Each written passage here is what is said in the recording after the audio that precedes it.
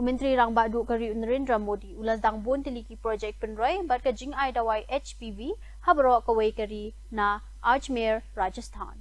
Kani ka sin jam ka thumuban pen khlanya ka jingte bat ka rukom tre kam jong ka kwat ka khya hakari bro kawai bat ru ban pen chloria ka jingya da lupa ye ki jingpang.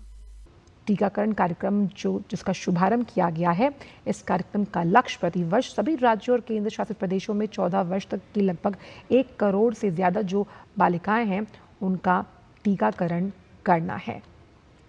और इस टीकाकरण से cervical cancer को हराने में इस अभियान की एक अहम भूमिका मानी जा रही है। और ये टीका आखिरकार बहुत ज़रूरी क्यों है, आइए इसे समझने की कोशिश करते हैं। भारत में सर्वाइकल कैंसर की अगर बात करें तो ये महिलाओं में होने वाला दूसरा सबसे बड़ा आम कैंसर है और वैज्ञानिक शोध बताते हैं कि किस तरह से HPV संक्रमण खासकर टाइप 16 और 18 जो हैं